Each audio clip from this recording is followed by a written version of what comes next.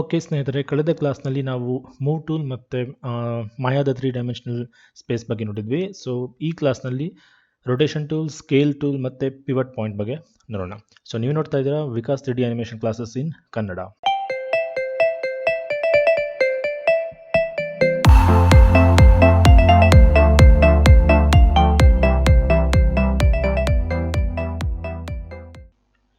ನಮಸ್ಕಾರ ಸ್ನೇಹಿತರೆ. ಮಾಯಾದಲ್ಲಿ ಯಾವುದೇ ಒಂದು ಆಬ್ಜೆಕ್ಟನ್ನು ನಾವು ರೊಟೇಟ್ ಮಾಡಬೇಕು ಅಥವಾ ತಿರುಗಿಸ್ಬೇಕು ಅಂದರೆ ನಾವು ರೊಟೇಷನ್ ಟೂಲನ್ನು ಯೂಸ್ ಮಾಡಬೇಕಾಗತ್ತೆ. ಸೊ ರೊಟೇಷನ್ ಟೂಲ್ ನಿಮಗೆ ಇಲ್ಲಿ ಮೂವ್ ಟೂಲ್ ಕೆಳಗಡೆನೇ ಸಿಗುತ್ತೆ. ಇದು ರೊಟೇಷನ್ ಟೂಲ್ ಬಾಕ್ಸ್ನಲ್ಲಿ ಇಲ್ಲಿ ಕಾಣುತ್ತಲ್ಲ. ಸೊ ಆಬ್ಜೆಕ್ಟ್ ಮೇಲೆ ಕ್ಲಿಕ್ ಮಾಡಿ, ಆಬ್ಜೆಕ್ಟ್ ಸೆಲೆಕ್ಟ್ ಮಾಡಿ, ರೊಟೇಷನ್ ಟೂಲ್ ಮೇಲೆ ಕ್ಲಿಕ್ ಮಾಡಿ. ಸೊ ರೊಟೇಷನ್ ಟೂಲ್ ಆಕ್ಟಿವೇಟ್ ಆಗುತ್ತೆ ಅಥವಾ ರೊಟೇಷನ್ ಗಿಸ್ಮೋ ಕಾಣಿಸುತ್ತೆ. ಸೊ ಇದರ ಸೈಜ್ ಜಾಸ್ತಿ ಆಗ್ತಾ ಇದೆ ಅನಿಸಿದ್ರೆ ನಂಬರ್ ಪ್ಯಾಡ್ ಮೇಲೆ ಪ್ಲಸ್ ಮೈನಸ್ ಬಟನ್ಸ್ ಯೂಸ್ ಮಾಡಿ ನೀವು ಅದರ ಸೈಜನ್ನು ಚೇಂಜ್ ಮಾಡ್ಬೋದು. ಅಥವಾ ರೊಟೇಷನ್ ಟೂಲನ್ನು ನಾವು ಈವನ್ ಶಾರ್ಟ್ಕಟ್ ಕೀ ಯೂಸ್ ಮಾಡಿ ಕೂಡ ಆಕ್ಟಿವೇಟ್ ಮಾಡ್ಬೋದು. ಸೊ ಆಬ್ಜೆಕ್ಟನ್ನು ಸೆಲೆಕ್ಟ್ ಮಾಡಿ ಪ್ರೆಸ್ ಮಾಡಿ, ಸೊ ರೊಟೇಷನ್ ಟೂಲ್ ಆಕ್ಟಿವೇಟ್ ಆಗುತ್ತೆ. ಓಕೆ, ಸೊ ರೊಟೇಷನ್ ಟೂಲ್ನಲ್ಲಿ ನೀವು 3 ಸರ್ಕಲ್ಸ್ ನೋಡ್ಬೋದು, 4 ಸರ್ಕಲ್ಸ್ ನೋಡ್ಬೋದು. ಒಂದು red colour, blue colour, green colour ಮತ್ತು yellow colour. Okay, so last ಕ್ಲಾಸಲ್ಲಿ ನೋಡಿದ್ವಿ ಅಲ್ವಾ, RGB ಕರೆಸ್ಪಾಂಡ್ಸ್ ಟು XYZ. ಆ ಥರ ಈ ರೆಡ್ ಸರ್ಕಲ್ ಏನಿದೆ ಇದು ನಿಮಗೆ ಆಬ್ಜೆಕ್ಟನ್ನು ಎಕ್ಸ್ ಆ್ಯಕ್ಸಿಸ್ನ ಸುತ್ತ ರೊಟೇಟ್ ಮಾಡೋದಕ್ಕೆ ಹೆಲ್ಪ್ ಮಾಡುತ್ತೆ. ಎಕ್ಸ್ ಆ್ಯಕ್ಸಿಸ್ನ ಸುತ್ತ. ಸೊ ಎಕ್ಸ್ ಆ್ಯಕ್ಸಿಸ್ ಎಲ್ಲಿದೆ ಆ್ಯಕ್ಚುಲಿ ಈ ಮಾಯಾದ 3 ಡೈಮೆನ್ಷನಲ್ ಕೋಆರ್ಡಿನೇಟ್ ಸಿಸ್ಟಮ್ನಲ್ಲಿ ಇದರ ಪ್ರಕಾರ, ಇಲ್ಲಿರೋ ಈ ಐಕಾನ್ ಪ್ರಕಾರ. ಸೊ ಎಕ್ಸ್ ಆ್ಯಕ್ಸಿಸ್ ಆ್ಯಕ್ಚುಲಿ ಈ ಥರ ಇರುತ್ತೆ. ಇದು ಎಕ್ಸ್ ಆ್ಯಕ್ಸಿಸ್ ಆಗಿರುತ್ತೆ ಮತ್ತು ಇದು ಝೆಡ್ ಆ್ಯಕ್ಸಿಸ್ ಆಗಿರುತ್ತೆ. ಸೊ ಈ ರೆಡ್ ಲೈನ್, ರೆಡ್ ಸರ್ಕಲ್ ಆಬ್ಜೆಕ್ಟನ್ನು ಎಕ್ಸ್ ಆ್ಯಕ್ಸಿಸ್ನ ಸುತ್ತ ರೊಟೇಟ್ ಮಾಡಿಸುತ್ತೆ ನೋಡಿ. ಸೊ ಈ ಸರ್ಕಲ್ ಮೇಲೆ ಎಲ್ಲಿ ಬೇಕಾದರೂ ಕ್ಲಿಕ್ ಮಾಡಿ ಆಬ್ಜೆಕ್ಟನ್ನು ನೀವು ಈ ಥರ ರೊಟೇಟ್ ಮಾಡ್ಬೋದು. ಅದೇ ಥರ ಈ ಬ್ಲೂ ಸರ್ಕಲ್ ಆಬ್ಜೆಕ್ಟನ್ನು ಝೆಡ್ ಆ್ಯಕ್ಸಿಸ್ನ ಸುತ್ತ ರೊಟೇಟ್ ಮಾಡೋ ಹಾಗೆ ಮಾಡುತ್ತೆ. ಮತ್ತು ಈ ಗ್ರೀನ್ ಸರ್ಕಲ್ ಆಬ್ಜೆಕ್ಟನ್ನು ವೈ ಆ್ಯಕ್ಸಿಸ್ನ ಸುತ್ತ. ಓಕೆ, ಸೊ ವೈ ಆ್ಯಕ್ಸಿಸ್ ಯಾವಾಗಲೂ ಪರ್ಪೆಂಡಿಕ್ಯುಲರ್ ಆಗಿರುತ್ತೆ. ಸೊ ಅದರ ಸುತ್ತ ರೊಟೇಟ್ ಆಗೋ ಥರ ಮಾಡ್ತಾ ಇದೆ. ರೈಟ್, ಸೊ ಅದನ್ನು ನೀವು ಇಲ್ಲಿ ಚಾನಲ್ ಬಾಕ್ಸಲ್ಲಿ ಚೆಕ್ ಮಾಡ್ಬೋದು. ಸೊ ಎಕ್ಸ್ ಆ್ಯಕ್ಸಿಸ್ನ ಸುತ್ತ ರೊಟೇಟ್ ಆಗ್ತಾ ಇದೆ ಅಂದರೆ ರೊಟೇಟ್ ಎಕ್ಸ್ ವ್ಯಾಲ್ಯೂ ಮಾತ್ರ ಚೇಂಜ್ ಆಗ್ತಾ ಇದೆ. ಇಲ್ಲಿ ರೊಟೇಟ್ ಝೆಡ್ ವ್ಯಾಲ್ಯೂ ಮಾತ್ರ ಚೇಂಜ್ ಆಗ್ತಾ ಇದೆ ಅಲ್ವಾ. ಸೊ ನಿಮಗೆ ಕರೆಕ್ಟಾಗಿ ವ್ಯಾಲ್ಯೂ ಕೊಟ್ಟು ಕೂಡ ನಾವು ರೊಟೇಷನ್ ಮಾಡ್ಬೋದು. ಸೊ ಆಬ್ಜೆಕ್ಟ್ ಸೆಲೆಕ್ಟ್ ಆಗಿದೆಯಲ್ಲ, ನನಗೆ ವೈ ಆ್ಯಕ್ಸಿಸ್ನಲ್ಲಿ ಅಂದರೆ ಈ ಥರ ವೈ ಆ್ಯಕ್ಸಿಸ್ನಲ್ಲಿ ಸೊ 45 ಡಿಗ್ರಿ ರೊಟೇಟ್ ಆಗಬೇಕು. 45 ಟೈಪ್ ಮಾಡಿ ಎಂಟರ್ ಕೊಡಿ. ಸೊ ಕರೆಕ್ಟಾಗಿ 45 ಡಿಗ್ರಿ ರೊಟೇಟ್ ಆಗುತ್ತೆ. ಅದೇ ಆ ಕಡೆ ರೊಟೇಷನ್, ಆ ಡೈರೆಕ್ಷನಲ್ಲಿ ರೊಟೇಷನ್ ಆಗಬೇಕು ಅಂದರೆ ಇಲ್ಲಿ -45 ಕೊಡಿ. ಆ ಕಡೆ 45 ಡಿಗ್ರಿ ರೊಟೇಷನ್ ಆಗುತ್ತೆ. ಓಕೆ, ಸೊ ವ್ಯಾಲ್ಯೂಸ್ ಕೊಟ್ಟು ಕೂಡ ರೊಟೇಟ್ ಮಾಡ್ಬೋದು. ಅಥವಾ ನಾವು ಮೂವ್ ಟೂಲ್ನಲ್ಲಿ ನೋಡಿದ್ವಿ ಅಲ್ವಾ, ಸೊ ಇದ್ರ ಮೇಲೆ ಕ್ಲಿಕ್ ಮಾಡಿ ಮಿಡಲ್ ಮೌಸ್ ಬಟನ್ ಯೂಸ್ ಮಾಡಿ ನಮಗೆ ಎಷ್ಟು ಬೇಕೋ ಅಷ್ಟು ರೊಟೇಟ್ ಮಾಡ್ಬೋದು ಈ ಥರ. ಓಕೆ, ಸೊ XYZ ಆ್ಯಕ್ಸಿಸ್ಗಳಲ್ಲಿ ಕರೆಕ್ಟಾಗಿ ಆಬ್ಜೆಕ್ಟನ್ನು ರೊಟೇಟ್ ಮಾಡ್ಬೋದು. ಇನ್ನು ಈ ದೊಡ್ಡ ಸರ್ಕಲ್ ಏನಿದೆ, ಸುತ್ತ ಇರೋ ಈ ದೊಡ್ಡ ಸರ್ಕಲ್ ಏನಿದೆ, ಇದರ ಆ್ಯಕ್ಚುಯಲ್ ಕಲರ್ ಲೈಟ್ ಬ್ಲೂ, ಆಗಲೇ ಇದು ಎಲ್ಲೋ ಕಾಣಿಸ್ತಾ ಇತ್ತಲ್ವ, ಯಾಕಂದರೆ ಅದು ಸೆಲೆಕ್ಟ್ ಆಗಿತ್ತು ಹಾಗಾಗಿ. ಸೊ ಈ ಸರ್ಕಲ್ ಏನು ಮಾಡುತ್ತೆ, ನಾವು ನೋಡ್ತಾ ಇರುವಂಥ ಸ್ಕ್ರೀನಿಗೆ ಪರ್ಪೆಂಡಿಕ್ಯುಲರ್ ಆಗಿ ಆಬ್ಜೆಕ್ಟನ್ನು ರೊಟೇಟ್ ಮಾಡುತ್ತೆ. ಓಕೆ, ಸೊ ಇದನ್ನು ಕ್ಲಿಕ್ ಮಾಡಿ ರೊಟೇಟ್ ಮಾಡಿ ನೋಡಿ. ಸೊ ನಾವು ನೋಡ್ತಾ ಇರೋಂಥ ಈ ಸೀನ್ ಅಥವಾ ಸ್ಕ್ರೀನ್ ಏನಿದೆ, ಅಥವಾ ನಾವು ನೋಡ್ತಾ ಇರುವಂಥ ಈ ವ್ಯೂ ಪೋರ್ಟ್ ಏನಿದೆ, ಇದಕ್ಕೆ ಪರ್ಪೆಂಡಿಕ್ಯುಲರ್ ಆಗಿ ಆಬ್ಜೆಕ್ಟ್ ರೊಟೇಟ್ ಆಗುತ್ತೆ.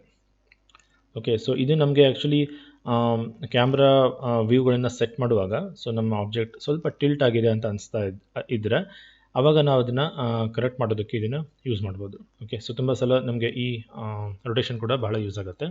ಯಾವುದೇ ಪರ್ಟಿಕ್ಯುಲರ್ ಆ್ಯಕ್ಸಿಸ್ ಸುತ್ತ ರೊಟೇಟ್ ಆಗೋದಿಲ್ಲ, ಜಸ್ಟ್ ಈ ಸ್ಕ್ರೀನಿಗೆ ಪರ್ಪೆಂಡಿಕ್ಯುಲರ್ ಆಗಿ ರೊಟೇಟ್ ಮಾಡುತ್ತೆ. ಓಕೆ, ಇನ್ನು ರೊಟೇಷನ್ ಟೂಲ್ನಲ್ಲಿ ನಮಗೆ ಮತ್ತೂ ಒಂದು ತರಹದ ರೊಟೇಷನ್ ಸಿಗುತ್ತೆ. ಅದನ್ನು ಫ್ರೀ ಫಾರ್ಮ್ ರೊಟೇಷನ್ ಅಂತ ಹೇಳ್ತೀವಿ. ಫ್ರೀ ಫಾರ್ಮ್ ರೊಟೇಷನ್ ಅಂದರೆ ರ್ಯಾಂಡಮ್ ಆಗಿ ರೊಟೇಟ್ ಮಾಡ್ಬೋದು ಆಬ್ಜೆಕ್ಟನ್ನು. ಇಲ್ಲಿ ನೀವು ಮೌಸನ್ನು ನಾನು ಇಲ್ಲಿ ಹತ್ತಿರ ತಂದರೆ ಗಮನಿಸಿದರೆ ನೋಡ್ಬೋದು, ಇಲ್ಲೊಂದು ಸರ್ಕಲ್, ಒಂದು ಸ್ಪಿಯರ್ ಇದೆ. ಆ್ಯಕ್ಚುಲಿ ಈ ಖಾಲಿ ಜಾಗದಲ್ಲಿ ಎಲ್ಲಿ ಬೇಕಾದರೂ ನೀವು ಕ್ಲಿಕ್ ಮಾಡಿ ರೊಟೇಟ್ ಮಾಡಿ ನೋಡಿ, ಆಬ್ಜೆಕ್ಟ್ ರ್ಯಾಂಡಮ್ ಆಗಿ ರೊಟೇಟ್ ಆಗುತ್ತೆ. ಯಾವುದೇ ಆ್ಯಕ್ಸಿಸ್ ಸುತ್ತ ಅಲ್ಲ, ಜಸ್ಟ್ ರ್ಯಾಂಡಮ್ ಆಗಿ ರೊಟೇಟ್ ಆಗುತ್ತೆ. ಓಕೆ, ಸೊ ಇದನ್ನು ಫ್ರೀ ಫಾರ್ಮ್ ರೊಟೇಷನ್ ಅಥವಾ ಫ್ರೀ ರೊಟೇಷನ್ ಅಂತ ಹೇಳ್ಬೋದು. ಸೊ ಇದು ನಮಗೆ ಬಹಳ ಯೂಸ್ ಆಗುತ್ತೆ. ಫಾರ್ ಎಕ್ಸಾಂಪಲ್ ಕ್ಯಾರೆಕ್ಟರ್ ಅನಿಮೇಷನ್ ಮಾಡುವಾಗ ಕ್ಯಾರೆಕ್ಟರ್ನ ಹ್ಯಾಂಡ್ ರೊಟೇಟ್ ಮಾಡ್ತಿರ್ಬೇಕಾದ್ರೆ ಇದು ಬಹಳ ಯೂಸ್ ಆಗುತ್ತೆ. ಸೊ ಅದೇ ಥರ ಬಹಳ ಬೇರೆ ಬೇರೆ ಸಂದರ್ಭಗಳಲ್ಲಿ ಕೂಡ ಇದು ಯೂಸ್ ಆಗುತ್ತೆ. ಓಕೆ, ಸೊ ಈ ಥರ ಫ್ರೀ ಆಗಿ ರೊಟೇಟ್ ಮಾಡ್ಬೋದು ಆಬ್ಜೆಕ್ಟನ್ನು. ಎಲ್ಲ ಆ್ಯಕ್ಸಿಸ್ನಲ್ಲೂ ಕೂಡ ರ್ಯಾಂಡಮ್ ಆಗಿ ರೊಟೇಟ್ ಆಗುತ್ತೆ. ಸೊ ಒಟ್ಟು 3 ಥರ ನಾವು ರೊಟೇಟ್ ಮಾಡ್ಬೋದು ರೊಟೇಷನ್ ಟೂಲ್ನಲ್ಲಿ. ಒಂದು XYZ ಆ್ಯಕ್ಸಿಸ್ನ ಸುತ್ತ, ಒಂದು ಸ್ಕ್ರೀನಿಗೆ ಪರ್ಪೆಂಡಿಕ್ಯುಲರ್ ಆಗಿ, ಮತ್ತು ಮೂರನೇದು ರ್ಯಾಂಡಮ್ ರೊಟೇಷನ್ ಅಥವಾ ಫ್ರೀ ಫಾರ್ಮ್ ರೊಟೇಷನ್. ಓಕೆ, ಇನ್ನು ಸ್ನೇಹಿತರೆ ನೆಕ್ಸ್ಟ್ ಸ್ಕೇಲ್ ಟೂಲ್. ಸೊ ಮೊದಲನೇದಾಗಿ ಆಬ್ಜೆಕ್ಟ್ ರ್ಯಾಂಡಮ್ ಆಗಿ ರೊಟೇಟ್ ಆಗಿಬಿಟ್ಟಿದೆ. ಸೊ ಇದನ್ನು ವಾಪಸ್ ಇದರ ಡಿಫಾಲ್ಟ್ ಪೊಸಿಷನ್ಗೆ ತರಬೇಕು ಅಂದರೆ ಅದರ ರೊಟೇಷನ್ ವ್ಯಾಲ್ಯೂಗಳನ್ನು 0 ಮಾಡಿ. ಓಕೆ, ಸೊ ಸ್ಕೇಲ್ ಟೂಲ್ ನಮಗೆ ಆಬ್ಜೆಕ್ಟಿನ ಸೈಜನ್ನು ಚೇಂಜ್ ಮಾಡಬೇಕು ಅಂದರೆ ಸ್ಕೇಲ್ ಟೂಲ್ ಯೂಸ್ ಮಾಡಬೇಕಾಗುತ್ತೆ, ಅಥವಾ ಆಬ್ಜೆಕ್ಟನ್ನು ಗಾತ್ರನ ಬದಲಾಯಿಸಬೇಕು ಅಂದರೆ ನಾವು ಸ್ಕೇಲ್ ಟೂಲನ್ನು ಯೂಸ್ ಮಾಡಬೇಕಾಗುತ್ತೆ. ಸೊ ಸ್ಕೇಲ್ ಟೂಲ್ ನಿಮಗೆ ರೊಟೇಷನ್ ಟೂಲಿನ ಕೆಳಗಡೆ ಇಲ್ಲೇ ಟೂಲ್ ಬಾಕ್ಸ್ನಲ್ಲಿ ಸಿಗುತ್ತೆ. ಇದು scale tool. So object select ಆಗಿದೆ, ಸ್ಕೇಲ್ ಟೂಲ್ ಮೇಲೆ ಕ್ಲಿಕ್ ಮಾಡಿ. ಅಥವಾ ಇಲ್ಲಿ ಮತ್ತೊಂದು ಸ್ನೇಹಿತರೆ, ನೀವು ಸೆಲೆಕ್ಟ್ ಟೂಲಲ್ಲಿ ಇದ್ದಾಗಲೇ ಆಬ್ಜೆಕ್ಟ್ನ ಸೆಲೆಕ್ಟ್ ಮಾಡಬೇಕು ಅಂತ ಏನಿಲ್ಲ. ಒಂದು ವೇಳೆ ಮೂವ್ ಟೂಲ್, ರೊಟೇಷನ್ ಟೂಲ್ ಅಥವಾ ಸ್ಕೇಲ್ ಟೂಲ್ ಯಾವುದೇ ಟೂಲ್ನಲ್ಲಿ ಇದ್ದಾಗಲೂ ಕೂಡ ನೀವು ಆಬ್ಜೆಕ್ಟನ್ನು ಸೆಲೆಕ್ಟ್ ಮಾಡ್ಬೋದು. ಈ ಟೂಲ್ಸ್ಗಳು ಕೂಡ ಸೆಲೆಕ್ಟ್ ಟೂಲ್ ಥರ ಕೆಲಸ ಮಾಡುತ್ತೆ. ಸೊ ನೀವು ಈಗಲೂ ಕೂಡ ಆಬ್ಜೆಕ್ಟ್ ಸೆಲೆಕ್ಟ್ ಮಾಡ್ಬೋದು, ಸೆಲೆಕ್ಟ್ ಆಗುತ್ತೆ, ಜೊತೆಗೇನೆ ಆ ಟೂಲ್ ಕೂಡ ಆ್ಯಕ್ಟಿವೇಟ್ ಆಗುತ್ತೆ ಅಷ್ಟೇ. ಓಕೆ, ಇನ್ನು ನಾವು ಸ್ಕೇಲ್ ಟೂಲಿನ ಅದರ ಶಾರ್ಟ್ಕಟ್ ಕೀಯಿಂದ ಕೂಡ ಆ್ಯಕ್ಟಿವೇಟ್ ಮಾಡ್ಬೋದು. ಸ್ಕೇಲ್ ಟೂಲಿನ ಶಾರ್ಟ್ಕಟ್ ಕೀ R ಅಂತ. ಸೊ ಆಬ್ಜೆಕ್ಟ್ನ ಸೆಲೆಕ್ಟ್ ಮಾಡಿ R ಪ್ರೆಸ್ ಮಾಡಿ. ಸೊ ಸ್ಕೇಲ್ ಟೂಲ್ ಆ್ಯಕ್ಟಿವೇಟ್ ಆಗುತ್ತೆ. ಇಲ್ಲಿ ಈ ಶಾರ್ಟ್ಕಟ್ ಕೀಗಳನ್ನ ಒಂದ್ಸಲ ನೋಡಿ ಸ್ನೇಹಿತರೆ. ಮೂವ್ ಟೂಲಿನ ಸೆಲೆಕ್ಟ್ ಟೂಲಿನ ಶಾರ್ಟ್ಕಟ್ ಕೀ Q, ಮೂವ್ ಟೂಲಿನ ಶಾರ್ಟ್ಕಟ್ ಕೀ W, ರೊಟೇಷನ್ ಟೂಲಿನ ಶಾರ್ಟ್ಕಟ್ ಕೀ E, ಮತ್ತು ಸ್ಕೇಲ್ ಟೂಲಿನ shortcut key R. So Q, W, E, R. Select, move, rotation, scale. Okay, so ಈ 4 ಕೀಗಳು ಕೀಬೋರ್ಡಲ್ಲಿ ಪಕ್ಕನೇ ಇದೆ, ನೋಡ್ಬೋದು ನೀವು. ಓಕೆ, ಸೊ ಈ ಟೂಲ್ಸ್ಗಳು ಮಾಯಾದ ಮುಖ್ಯ ಮ್ಯಾನಿಪುಲೇಷನ್ ಟೂಲ್ಸ್ ಅಂತ ಹೇಳ್ತಾರೆ. ಓಕೆ, ಇನ್ನು ಈ ಸ್ಕೇಲ್ ಟೂಲ್ ನೋಡೋದಕ್ಕೆ ಸ್ವಲ್ಪ ಮೂವ್ ಟೂಲ್ ಥರನೇ ಇರುತ್ತೆ. ಓಕೆ, ಸೊ ಇದನ್ನು ನೋಡೋಕ್ಕಿಂತ ಮುಂಚೆ ನಾವು ಈ ಆಬ್ಜೆಕ್ಟನ್ನು ಐಸೋಲೇಟ್ ಮಾಡ್ಕೊಳ್ಳೋಣ. Ctrl+1 ಪ್ರೆಸ್ ಮಾಡಿ. ಸೊ ಆಬ್ಜೆಕ್ಟ್ ಐಸೋಲೇಟ್ ಆಗುತ್ತೆ. ಆಬ್ಜೆಕ್ಟ್ ಐಸೋಲೇಷನ್ ಅಂದರೆ ಬೇರೆ ಎಲ್ಲ ಆಬ್ಜೆಕ್ಟ್ಸ್ಗಳನ್ನು ಆಫ್ ಮಾಡಿ ನಮಗೆ ಬೇಕಾಗಿರುವಂಥ ಆಬ್ಜೆಕ್ಟನ್ನು ಮಾತ್ರ ಆನ್ ಇಟ್ಕೋಬೋದು. ಆವಾಗ ನಮಗೆ ಅದ್ರ ಮೇಲೆ ಕೆಲಸ ಮಾಡೋದಕ್ಕೆ ಈಸಿ ಆಗುತ್ತೆ. ಓಕೆ, ಸೊ ಮಾಡಲಿಂಗ್ ಮಾಡುವಾಗ, ಅನಿಮೇಷನ್ ಮಾಡುವಾಗ ಎಲ್ಲ ಟೈಮಲ್ಲೂ ಇದು ನಮಗೆ ಬಹಳ ಯೂಸ್ ಆಗುತ್ತೆ. ಐಸೋಲೇಟ್ ಸೆಲೆಕ್ಷನ್ ಅಂತ. ಮತ್ತೆ ಆಬ್ಜೆಕ್ಟನ್ನು ಸೆಲೆಕ್ಟ್ ಮಾಡಿಟ್ಕೊಂಡು Ctrl+1 shortcut key Ctrl+1 press ಮಾಡಿದರೆ ಮತ್ತೆ ಎಲ್ಲ ವಾಪಸ್ ಬರುತ್ತೆ. ಓಕೆ, ಸೊ ಇದು ನಿಮ್ಗೆ ಇಲ್ಲೂ ಕೂಡ ಸಿಗುತ್ತೆ. ಇಲ್ಲಿ ಸ್ಟೇಟಸ್ ಲೈನಲ್ಲಿ, ಈ ವ್ಯೂ ಪೋರ್ಟಿನ ಸ್ಟೇಟಸ್ ಲೈನಲ್ಲಿ ಇಲ್ಲಿ ಇದೆ ನೋಡಿ, ಐಸೋಲೇಟ್ ಸೆಲೆಕ್ಟ್ ಅಂತ. ಓಕೆ, ಸೊ ಆಬ್ಜೆಕ್ಟ್ ಸೆಲೆಕ್ಟ್ ಮಾಡಿಟ್ಕೊಂಡು ಇದ್ರ ಮೇಲೆ ಕ್ಲಿಕ್ ಮಾಡಿದರೆ ಆಬ್ಜೆಕ್ಟ್ ಐಸೋಲೇಟ್ ಆಗುತ್ತೆ. ಮತ್ತು ಅದ್ರ ಮೇಲೆ ಕ್ಲಿಕ್ ಮಾಡಿದರೆ ಮತ್ತೆ ವಾಪಸ್ ಬರುತ್ತೆ. ಅಥವಾ shortcut key Ctrl+1. So scale ಟೂಲ್ನಲ್ಲೂ ಕೂಡ ನಮಗೆ 3 ಆ್ಯಕ್ಸಸ್ಗಳು ಕಾಣುತ್ತೆ. RGB ಅಥವಾ XYZ ಈ ಆ್ಯಕ್ಸಸ್ಗಳು. ಸೊ ಆಬ್ಜೆಕ್ಟನ್ನು ನೀವು X ಆ್ಯಕ್ಸಿಸ್ನಲ್ಲಿ ಸ್ಕೇಲ್ ಮಾಡ್ಬೋದು ನೋಡಿ. ಸೊ ಚೇರ್ ಹೋಗ್ಬಿಟ್ಟು ಬೆಂಚ್ ಆಗ್ತಾ ಇದೆ, ರೈಟ್. ಸೊ ಈ ಥರ ಆಬ್ಜೆಕ್ಟನ್ನು X ಆ್ಯಕ್ಸಿಸ್ನಲ್ಲಿ ಸ್ಕೇಲ್ ಮಾಡ್ಬೋದು, ಅಥವಾ Z ಆ್ಯಕ್ಸಿಸ್ನಲ್ಲಿ ಸ್ಕೇಲ್ ಮಾಡ್ಬೋದು. ಸೊ ಚೇರ್ ಹೋಗ್ಬಿಟ್ಟು ಇದೇನಾಗ್ತಾ ಇದೆ, ಕಾಟ್ ಆಗ್ತಾ ಇದೆ. ಅಥವಾ ಆಬ್ಜೆಕ್ಟನ್ನು ನಾವು Y ಆ್ಯಕ್ಸಿಸ್ನಲ್ಲಿ ಕೂಡ ಸ್ಕೇಲ್ ಮಾಡ್ಬೋದು. ಓಕೆ, ಸೊ ಈ ಥರ ಬೇರೆ ಬೇರೆ ಆ್ಯಕ್ಸಿಸ್ನಲ್ಲಿ ನಾವು ಆಬ್ಜೆಕ್ಟನ್ನು ಸ್ಕೇಲ್ ಮಾಡ್ಬೋದು. ಅದೇ ಥರ ಇಲ್ಲಿ ನಿಮಗೆ ಮತ್ತು ಈ ಸ್ಕೇಲ್ ಮಾಡುವಾಗ ಎಷ್ಟು ಸ್ಕೇಲ್ ಆಗಬೇಕು ಅಂದರೆ, ಫಾರ್ ಎಕ್ಸಾಂಪಲ್ ನನಗೆ ಈ ಥರ ಅಗಲ ಆಗಬೇಕು, ಬಟ್ ಕರೆಕ್ಟಾಗಿ 2 ಟೈಮ್ಸ್ ದೊಡ್ಡದಾಗಬೇಕು ಸೈಜ್ ಅಂತ ಇದ್ದಾಗ, ಆಗ ನಾನು ಇಲ್ಲಿ ವ್ಯಾಲ್ಯೂಸ್ನ ಕೊಟ್ಬಿಟ್ಟು ಸೈಜ್ ಚೇಂಜ್ ಮಾಡ್ಬೋದು. ಸೊ ಸ್ವಲ್ಪ ಚೇಂಜ್ ಮಾಡಿ ನೋಡಿ, ಅಥವಾ ಡೈರೆಕ್ಟಾಗಿ ವ್ಯಾಲ್ಯೂ ಕೊಡು. ಈಗ 1.45 ಆಗಿದೆ.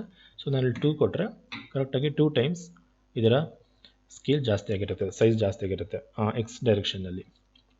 ಓಕೆ, ಸೊ ಬೇರೆ ಬೇರೆ ಆ್ಯಕ್ಸಿಸ್ನಲ್ಲಿ ಈ ಥರ ಸ್ಕೇಲ್ ಮಾಡ್ಬೋದು. ಅದೇ ಥರ ನಾವು ಮೂವ್ ಟೂಲಲ್ಲಿ ನೋಡಿದಾಗೆ ಈ 3 ಪ್ಲೇನ್ಗಳು ಏನು ಕಾಣುತ್ತೆ ನೋಡಿ, ಇಲ್ಲಿ ಈ ಗ್ರೀನ್ ಪ್ಲೇನ್ ಏನಿದೆ ಇದು ನಿಮಗೆ ಆಬ್ಜೆಕ್ಟನ್ನು ಇದ್ಯಾವುದು Z ಮತ್ತು ZX ಪ್ಲೇನ್ನಲ್ಲಿ ಸ್ಕೇಲ್ ಮಾಡುತ್ತೆ. ಅಂದರೆ ಇದರ ಹೈಟ್ ಜಾಸ್ತಿ ಆಗಬಾರ್ದು, ಹೈಟ್ ಜಾಸ್ತಿ ಆಗೋದು ಬೇಡ, ಬಟ್ ಜಸ್ಟ್ ಸ್ಪ್ರೆಡ್ ಆಗಬೇಕು, ನೆಲದ ಮೇಲೆ ಸ್ಪ್ರೆಡ್ ಆಗಬೇಕು. X ಮತ್ತು Z ಆ್ಯಕ್ಸಿಸ್ನಲ್ಲಿ ಮಾತ್ರ ಇದು ಸ್ಕೇಲ್ ಆಗಬೇಕು. ಈ ಥರ ಮಾಡ್ಬೋದು. ಸೊ ಅಥವಾ ಇದು ಯಾವುದು ವೈ ಆ್ಯಂಡ್ ಎಕ್ಸ್ ವೈ ಆ್ಯಕ್ಸಿಸ್ನಲ್ಲಿ ಮಾತ್ರ ಇದರ ಸೈಜ್ ಚೇಂಜ್ ಮಾಡ್ಬೋದು.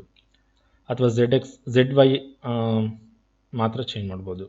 ಸೊ ಈ ಥರ ಬೇರೆ ಬೇರೆ ಪ್ಲೇನ್ಗಳಲ್ಲೂ ಕೂಡ ನಾವು ಇದರ ಸ್ಕೇಲ್ ಮಾಡ್ಬೋದು.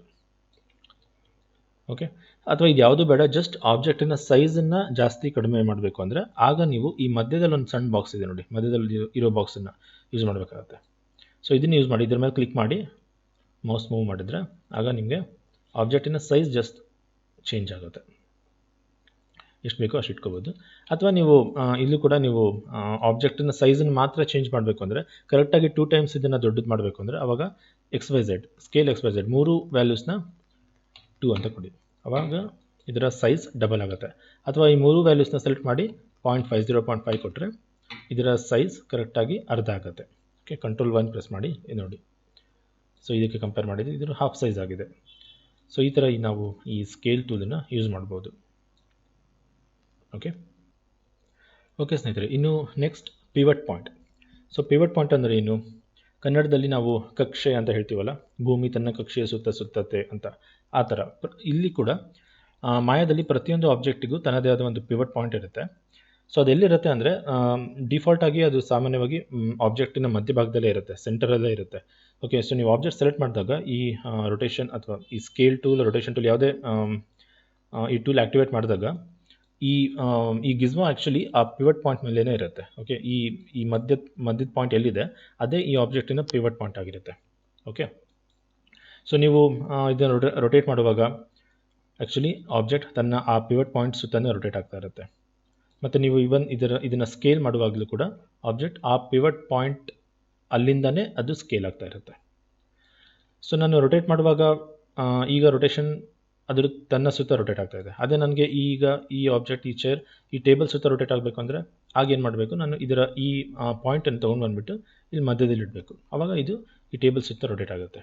ಓಕೆ, ಸೊ ಪಿವಟ್ ಪಾಯಿಂಟನ್ನು ನಾವು ಚೇಂಜ್ ಮಾಡಬೇಕು ಅಂದರೆ ಆಬ್ಜೆಕ್ಟನ್ನು ಸೆಲೆಕ್ಟ್ ಮಾಡಿ. ನಮ್ಮ ಹತ್ರ ಆ್ಯಕ್ಚುಲಿ 2 ಆಪ್ಷನ್ಸ್ ಇದೆ ಪಿವಟ್ ಪಾಯಿಂಟನ್ನು ಚೇಂಜ್ ಮಾಡೋದಕ್ಕೆ. ಆಬ್ಜೆಕ್ಟ್ ಸೆಲೆಕ್ಟ್ ಮಾಡಿ, W ಪ್ರೆಸ್ ಮಾಡಿ, ಅಂದರೆ ಮೂವ್ ಟೂಲ್ ಆ್ಯಕ್ಟಿವೇಟ್ ಮಾಡಿ, ಅಥವಾ ಇವನ್ ರೊಟೇಷನ್ ಅಥವಾ ಸ್ಕೇಲಲ್ಲಿ ಇದ್ರೂ ಕೂಡ ನಡೆಯುತ್ತೆ. ಬೆಟರ್ ಮೂವ್ ಟೂಲ್ನಲ್ಲಿ ಇದ್ದರೆ ಓಕೆ. ಸೊ ಇಲ್ಲಿ 2 ಆಪ್ಷನ್ ಇದೆ. ಒಂದು ಇನ್ಸರ್ಟ್ ಕೀ ಯೂಸ್ ಮಾಡ್ಬೋದು ಅಥವಾ ಡಿ ಕೀ ಕೂಡ ಯೂಸ್ ಮಾಡ್ಬೋದು, ಎರಡೂ ಯೂಸ್ ಮಾಡ್ಬೋದು. ಆ್ಯಕ್ಚುಲಿ ಮುಂಚೆ ಡಿ ಕೀ ಬಂದುಬಿಟ್ಟು ಜಸ್ಟ್ ಟೆಂಪ್ರರಿಯಾಗಿ ವರ್ಕ್ ಆಗ್ತಾಯಿತ್ತು, ಅಂದರೆ ಅದನ್ನು ಪ್ರೆಸ್ ಮಾಡಿ ಇಟ್ಕೊಂಡ್ರೆ ಮಾತ್ರ ವರ್ಕ್ ಆಗ್ತಾಯಿತ್ತು. ಬಟ್ ಇವಾಗ ಅದು ಕೂಡ ಇನ್ಸರ್ಟ್ ಕೀ ಥರನೇ ವರ್ಕ್ ಆಗ್ತಾ ಇದೆ. ಸೊ ಇನ್ಸರ್ಟ್ ಕೀನ ಆಗತ್ತಾನೆ ಇಲ್ಲ ಅಂತ ಹೇಳ್ಬೋದು. ಸೊ ಡಿ ಕೀ ಮಾತ್ರ ಯೂಸ್ ಮಾಡ್ಬೋದು. ಸೊ ಆಬ್ಜೆಕ್ಟ್ ಸೆಲೆಕ್ಟ್ ಮಾಡಿ, W ಮೂವ್ ಟೂಲ್ ಆ್ಯಕ್ಟಿವೇಟ್ ಮಾಡಿ, ಡಿ ಪ್ರೆಸ್ ಮಾಡಿ. ಸೊ ಡಿ ಪ್ರೆಸ್ ಮಾಡಿದಾಗ ನೀವು ನೋಡ್ಬೋದು ಈಗ ಈ ಥರ ಕಾಣಿಸ್ತಾ ಇದೆ, ಅಂದರೆ ಆಬ್ಜೆಕ್ಟಿನ ಪಿವಟ್ ಪಾಯಿಂಟ್ ಆ್ಯಕ್ಟಿವೇಟ್ ಆಗಿದೆ. ನಿಮ್ಮ ಪಿವಟ್ ಪಾಯಿಂಟ್ ಆ್ಯಕ್ಚುಲಿ ಇಲ್ಲಿ ಇದೆ. ಓಕೆ, ಸೊ ಈಗ ಈ ಆ್ಯರೋಗಳನ್ನು ಯೂಸ್ ಮಾಡಿ ನಾವು ಈ ಪಿವಟ್ ಪಾಯಿಂಟನ್ನು ಬೇರೆ ಕಡೆ ಮೂವ್ ಮಾಡ್ಬೋದು. ಈಗ ಈ ಚೇರಿನ ಪಿವಟ್ ಪಾಯಿಂಟ್ ನಾನು ಈ ಟೇಬಲಿನ ಸೆಂಟರ್ ತೊಗೊಂಡು ಬಂದಿದ್ದೀನಿ. ಎಲ್ಲಿ ಬೇಕಾದ್ರೂ ಇಡ್ಬೋದು, ನಿಮಗೆ ಎಲ್ಲಿ ಬೇಕೋ ಅಲ್ಲಿ ಮೂವ್ ಮಾಡ್ಬೋದು ನೋಡಿ. ಸೊ ಬೆಟರ್ ನಾವು ಇಲ್ಲೇ ಈ ಟೇಬಲ್ನ ಕೆಳಗಡೆ ಇಡೋಣ. ಓಕೆ, ಸೊ ಇಟ್ಮೇಲೆ ಮತ್ತೆ ಡಿ ಪ್ರೆಸ್ ಮಾಡಿ. ಸೊ ಪಿವಟ್ ಪಾಯಿಂಟ್ ಡಿಆಕ್ಟಿವೇಟ್ ಆಗುತ್ತೆ, ಅಂದರೆ ಈಗ ನಾರ್ಮಲ್ ಮತ್ತೆ ವಾಪಸ್ ಮೂವ್ ಟೂಲಿಗೆ ಬರುತ್ತೆ. ಸೊ ಈಗ ನೀವು ನೋಡ್ಬೋದು ಆಬ್ಜೆಕ್ಟ್ ಅಲ್ಲಿದೆ, ಬಟ್ ಅದರ ಪಿವಟ್ ಪಾಯಿಂಟ್ ಇಲ್ಲಿದೆ. ಈಗ ನೀವು ಇದನ್ನು ರೊಟೇಟ್ ಮಾಡಿ ನೋಡಿ, ಇದು ಆ ಟೇಬಲ್ನ ಸುತ್ತ ರೊಟೇಟ್ ಆಗುತ್ತೆ. ರೈಟ್, ಸೊ ಈ ಥರ ನಾವು ಪಿವಟ್ ಪಾಯಿಂಟನ್ನು ಚೇಂಜ್ ಮಾಡ್ಬೋದು. ಸೊ ಈ ಪಿವಟ್ ಪಾಯಿಂಟನ್ನು ಚೇಂಜ್ ಮಾಡೋದು ಆ್ಯಕ್ಚುಲಿ ತುಂಬಾ ಒಂದು ಕಾಮನ್ ಪ್ರೊಸೆಸ್. ಯಾವಾಗಲೂ ಇದನ್ನು ನಾವು ಯೂಸ್ ಮಾಡ್ತಾ ಇರಬೇಕಾಗತ್ತೆ.